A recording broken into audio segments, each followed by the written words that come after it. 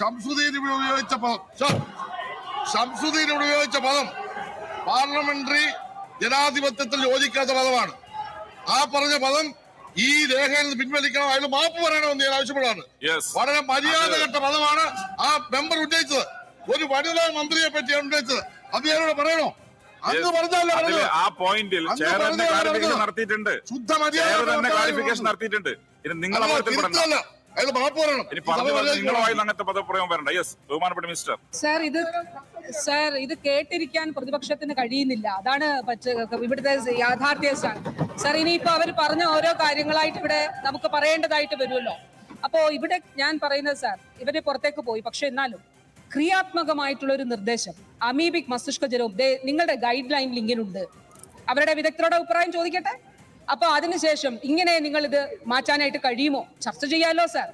അങ്ങനെ ഒരു ക്രിയാത്മകമായിട്ടുള്ള നിർദ്ദേശവും അല്ലെങ്കിൽ ഞങ്ങളിതാ ഇവിടെ ഈ കിണറുകളുമായിട്ട് ബന്ധപ്പെട്ടിട്ടുള്ള ശാസ്ത്രീയമായ ക്ലോറിനേഷന് പ്രതിപക്ഷത്തിന്റെ പൂർണ്ണ പിന്തുണ ഉണ്ടായിരിക്കും. അല്ലെങ്കിൽ കുളങ്ങളുമായിട്ട് ബന്ധപ്പെട്ട് ഈ നിലയിൽ ഒരു നിർദ്ദേശം മുന്നോട്ട് വെക്കാൻ അവർക്ക് കഴിഞ്ഞില്ലല്ലോ സാർ.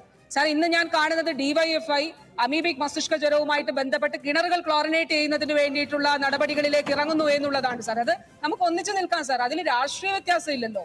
അപ്പൊ ആ നിലയിൽ അവർ കണ്ടത് വളരെ നിർഭാഗ്യകരമായിട്ടുള്ള ഒരു കാര്യമാണ് സാർ. സാർ, ഇവിടെ അമീബിക് മസ്തിഷ്ക ജ്വരവുമായിട്ട് ബന്ധപ്പെട്ട് ഈ ബഹുമാനപ്പെട്ട ഈ സഭയോടും സാർ ഇത് സംബന്ധിച്ച് നമ്മൾ ചെയ്യുന്നത് ഇത് കണ്ടുപിടിക്കുന്നു എന്നുള്ളതാണ്. കണ്ടുപിടിക്കുന്നത് കൊണ്ട് എന്താണ് സാർ? അല്ലെങ്കിൽ ഇത് മസ്തിഷ്ക മരണങ്ങൾ അല്ലെങ്കിൽ മസ്തിഷ്ക ജ്വരം എന്നുള്ള നിലയിൽ അടയാളപ്പെടുത്തപ്പെട്ടു പോകുമായിരുന്നു സാർ.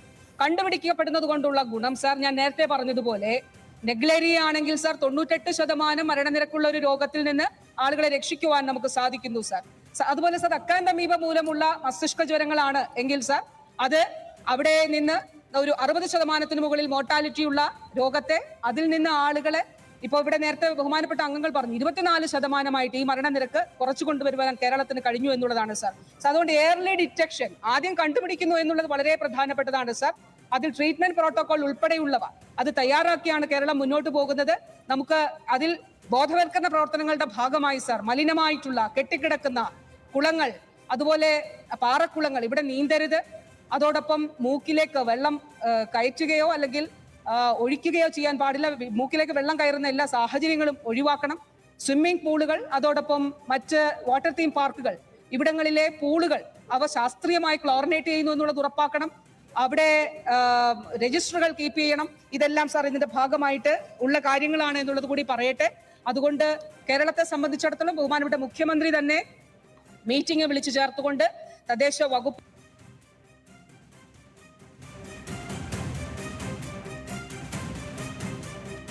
കേരളത്തിന്റെ പൊതുസമൂഹവും എല്ലാവരും ഒന്നിച്ചു ചേർന്നുകൊണ്ടാണ് സാർ ഈ അറിയാതെ പോകുമായിരുന്ന, ചികിത്സിക്കപ്പെടാതെ മരണത്തിലേക്ക് പോകുമായിരുന്ന ആളുകളെ കണ്ടുപിടിച്ച് നമ്മൾ ജീവിതത്തിലേക്ക് തിരിച്ചു കൊണ്ടുവരുന്നു എന്നുള്ളതാണ്. അപ്പൊ തീർച്ചയായിട്ടും അതിനു വേണ്ടിയിട്ടുള്ള ശക്തമായിട്ടുള്ള പ്രതിരോധ പ്രവർത്തനങ്ങൾ ഇതിന്റെ ഭാഗമായി സ്വീകരിച്ച് തന്നെ സാർ മുന്നോട്ട് പോകുന്നു എന്നുള്ളതാണ് ഇവിടെ പ്രത്യേകമായിട്ട് പറയാനായിട്ടുള്ളത്. സാർ, ഇവിടെ ബഹുമാനപ്പെട്ട അംഗങ്ങൾ ഉറവിടം കണ്ടെത്തുന്നതിൽ പരാജയപ്പെട്ടു എന്നുൾപ്പെടെയുള്ള കാര്യങ്ങൾ പറയുന്നു സാർ. ഇവിടെ ഗൈഡ് ലൈൻ ഉൾപ്പെടെ ഞാനിവിടെ വെച്ചതുകൊണ്ട് സാർ അതിലേക്ക് വിശദമായിട്ട് ഈ അവസരത്തിൽ പോകുന്നില്ല. ഈ ബഹുമാനപ്പെട്ട അംഗങ്ങൾ, ബഹുമാന്യനായിട്ടുള്ള മണ്ണാർക്കാട് അംഗം ഇവിടെ പറഞ്ഞ കാര്യത്തിൽ സാർ അദ്ദേഹത്തിന്റെ നിയോജക മണ്ഡലത്തിൽ ഉൾപ്പെടെ ഈ തൊട്ടടുത്ത് സാർ ദിവസം നിശ്ചയിച്ചിട്ടുണ്ട്. 25-ാം തീയതി ഞാൻ അട്ടപ്പാടിയിലേക്ക് പോവുക. ബഹുമാനപ്പെട്ട അംഗത്തിന്റെ കൂടി ഒരു സൗകര്യം കണ്ടുകൊണ്ടാണ് 23 എന്നുള്ളത് 22 എന്നുള്ളത് 25-ലേക്ക് മാറ്റിയത്. എന്താണെന്ന് അറിയുമോ സാർ? അവിടെ 20 കോടി രൂപയുടെ വികസന പ്രവർത്തനങ്ങൾ പൂർത്തീകരിച്ചു സാർ. അട്ടപ്പാടിയിൽ അവിടെ അത്രയും വികസന പ്രവർത്തനങ്ങൾ പൂർത്തീകരിച്ച് അതിന്റെ ഉദ്ഘാടനമാണ് നടക്കുന്നത്. നിയോ നേറ്റൽ ICU ഉൾപ്പെടെ ലക്ഷ്യ സ്റ്റാൻഡേർഡ്സ് പ്രകാരമുള്ള പ്രസവ വാർഡ് ഉൾപ്പെടെ എല്ലാ കാര്യങ്ങളും സാർ അവിടെ യാഥാർത്ഥ്യമാക്കിയിട്ടാണ്. അട്ടപ്പാടിയിൽ ഒരു കാര്യം കൂടി പറയട്ടെ സാർ, ഗോത്രവർഗ വിഭാഗത്തിൽ UDF ഭരിക്കുന്ന കാലഘട്ടത്തിൽ അവിടുത്തെ ഇൻഫന്റ് മോർട്ടാലിറ്റി റേറ്റ് 28.9% ആയിരുന്നു സാർ. 28.9%. 2012 കാര്യമാണ് ഞാൻ പറയുന്നത് സാർ. ഇന്ന് നമ്മൾ സംസാരിക്കുമ്പോൾ 2025-26 അവിടെ 6.8 അതിനെ കുറയ്ക്കുവാൻ നമുക്ക് സാധിച്ചു സാർ. സാർ, അവിടെ ഒരു പെൺകൂട്ടായ്മ ഉൾപ്പെടെ രൂപീകരിച്ചുകൊണ്ടാണ്, പെൺറിക കൂട്ട എന്ന കൂട്ടായ്മ രൂപീകരിച്ചുകൊണ്ടാണ് സാർ അവിടെ മറ്റ് കമ്മ്യൂണിറ്റി ഇടപെടലുകൾ നമ്മൾ സാധ്യമാക്കിയിട്ടുള്ളത്. ഇനി താഴേക്ക് വന്നാൽ മണ്ണാർക്കാട്, അദ്ദേഹത്തിന്റെ മണ്ണാർക്കാട് താലൂക്ക് ആശുപത്രിയിൽ നല്ല ഒന്നാന്തരമായി കിഫ്ബിയിലൂടെ ഒരു കെട്ടിടത്തിന്റെ നിർമ്മാണം അവിടെ നടന്നുകൊണ്ടിരിക്കുകയാണ് സർ. 12 കോടി രൂപയുടെ കെട്ടിടമാണ് മണ്ണാർക്കാട് ആശുപത്രിയിൽ അവിടെ നിർമ്മിച്ചുകൊണ്ടിരിക്കുന്നത് സർ. എന്നിട്ടാണ് കേരളത്തെ സംബന്ധിച്ചിടത്തോളം, കേരളത്തിന്റെ ആരോഗ്യ മേഖലയെ സംബന്ധിച്ചിടത്തോളം തീർത്തും അപകീർത്തികരമായിട്ടുള്ള കാര്യങ്ങൾ അദ്ദേഹം പറഞ്ഞുകൊണ്ടിരിക്കുന്നത് എന്നുള്ളതാണ് സർ. ഇവിടെ പ്രതിപക്ഷ അംഗങ്ങളൊന്നും ഇല്ലല്ലോ, അവർ പൊതുവെ പറഞ്ഞ ചില കാര്യങ്ങൾ പറഞ്ഞു പോകാം സർ. ഇവരുടെ കാലത്ത് എത്ര കാത്ത് ലാബ് തുടങ്ങി സർ? അവര് ഇപ്പോൾ മറ്റു കാര്യങ്ങൾ പറയുന്നു. അവര് തുടങ്ങിയ കാത്ത് ലാബുകളുടെ എണ്ണം 0. മെഡിക്കൽ കോളേജുകളിൽ കാത്ത് ലാബ് തുടങ്ങിയത് ഇടതുപക്ഷമാണ്. ജില്ലാ ആശുപത്രികളിൽ തുടങ്ങിയത് ഈ 9 വർഷ കാലയളവിലാണ് സർ. സർ, UDFന്റെ കാലഘട്ടത്തിൽ കേരളത്തിൽ ജില്ലാ ആശുപത്രികളിൽ, താലൂക്ക് ആശുപത്രികളിൽ ഉണ്ടായിരുന്നില്ല. ജില്ലാ ആശുപത്രികളിൽ 12 ആശുപത്രികളിലാണ് ഡയാലിസിസ് ഉണ്ടായിരുന്നത്. ഇന്ന് 112ഓളം കേന്ദ്രങ്ങളിൽ ഡയാലിസിസ് തുടങ്ങാൻ നമുക്ക് സാധിച്ചു സർ. ഇവരുടെ കാലഘട്ടത്തിൽ ഞാൻ പറഞ്ഞു കരൾ മാറ്റിവയ്ക്കൽ ശസ്ത്രക്രിയ ഉണ്ടായിരുന്നില്ല. പക്ഷേ ഇന്ന് 3 മെഡിക്കൽ കോളേജുകളിൽ, കോഴിക്കോടും ഇപ്പം ആരംഭിക്കാനായിട്ട് പോവുകയാണ് സർ. ഇവരുടെ കാലത്ത് എത്ര മെഡിക്കൽ കോളേജ് തുടങ്ങി സർ? എത്ര മെഡിക്കൽ കോളേജാണ് തുടങ്ങിയത്? കഴിഞ്ഞ സർക്കാരിന്റെയും ഈ സർക്കാരിന്റെയും കാലഘട്ടം മാത്രം എടുത്താൽ, അതിന് മുൻപുള്ള ഇടതുപക്ഷ സർക്കാരുകളുടെ കാലം എടുക്കാതെ ഈ 2 സർക്കാരുകളുടെ കാലഘട്ടം മാത്രം എടുത്താൽ സർ, കേരളത്തിൽ 6 മെഡിക്കൽ കോളേജുകൾ ഈ 9 വർഷത്തിനിടയിലാണ് സർ തുടങ്ങിയത്. ഈ സർക്കാരിന്റെ കാലഘട്ടത്തിൽ 4 മെഡിക്കൽ കോളേജുകൾ തുടങ്ങാനായിട്ട് നമുക്ക് സാധിച്ചു. പത്തനംതിട്ടയിലും ഇടുക്കിയിലും കാസർഗോഡും വയനാടും മെഡിക്കൽ കോളേജുകൾ തുടങ്ങാനായിട്ട് നമുക്ക് സാധിച്ചു സർ. സർ, അവരുടെ കാലത്ത് UDFന്റെ കാലഘട്ടത്തിൽ എത്രയായിരുന്നു സാർ ഒരു കുടുംബത്തിനുണ്ടായിരുന്ന പരമാവധി ഇൻഷുറൻസ്? 30,000 രൂപയായിരുന്നു. 30,000 രൂപ. അത് എത്ര പേർക്ക് ലഭിക്കുമായിരുന്നു? പരമാവധി 40,000 പേർക്കാണ് ലഭിച്ചുകൊണ്ടിരുന്നത്. ഇടതുപക്ഷ സർക്കാരിന്റെ കാലഘട്ടത്തിൽ ഇവർ പറഞ്ഞ കപ്പിത്താൻ ഇല്ലെന്ന് പറഞ്ഞ കേരളത്തിൽ നവകേരള തീരത്തേക്ക് ആ കപ്പലിനെ അടുപ്പിക്കുമെന്ന് അന്ന് കഴിഞ്ഞ നിയമസഭയിൽ ഞാൻ പറഞ്ഞിരുന്നു സാർ. കേരളത്തിൽ ബഹുമാനപ്പെട്ട മുഖ്യമന്ത്രി ശ്രീ പിണറായി വിജയന്റെ നേതൃത്വത്തിലുള്ള ഇടതുപക്ഷ ജനാധിപത്യ മുന്നണി സർക്കാർ ആ 30,000 എന്നുള്ളത് 5 ലക്ഷം രൂപയായിട്ട് മാറ്റി സാർ. ഒരു കുടുംബത്തിന് ഒരു വർഷം. ആ 40,000 പേർക്ക് എന്നുള്ളത് 6.5 ലക്ഷം പേരായിട്ട് അത് മാറ്റി സാർ. 6.5 ലക്ഷം പേർക്ക് സൗജന്യ ചികിത്സ നൽകുന്നുണ്ട് സാർ. അവരുടെ, അതാണ് ഞാൻ പറഞ്ഞത്, കണക്ക് കൂട്ടിയാൽ നമുക്ക് മനസ്സിലാകും. അവരുടെ കാലത്ത് 114 കോടിയായിരുന്നെങ്കിൽ ഇപ്പോ ഒരു വർഷം 1498 കോടി രൂപ. അവർ പറയുന്നല്ലോ സാർ 2000 രൂപ കുടിശ്ശിക ഉണ്ട് എന്ന്. 2000 കോടി രൂപ എങ്ങനെ? അപ്പൊ അവർ തന്നെ സമ്മതിക്കുകയാണ് അത്രയും രൂപയുടെ ചികിത്സ ആശുപത്രികളിലൂടെ ഈ നാട്ടിലെ സാധാരണക്കാരായിട്ടുള്ള ആളുകൾക്ക് നൽകിയിട്ടുണ്ട് എന്നുള്ളത് സാർ. UDFന്റെ കാലത്ത് എത്ര ആശുപത്രികളിൽ NQS അക്രഡിറ്റേഷൻ ഉണ്ടായിരുന്നു സാർ? National quality accreditation 0. നമ്മുടെ കാലത്ത് 262 ആശുപത്രികളിൽ ഇപ്പോൾ നാഷണൽ ക്വാളിറ്റി അക്രഡിറ്റേഷൻ അത് സാധ്യമായിട്ടുണ്ട് സാർ.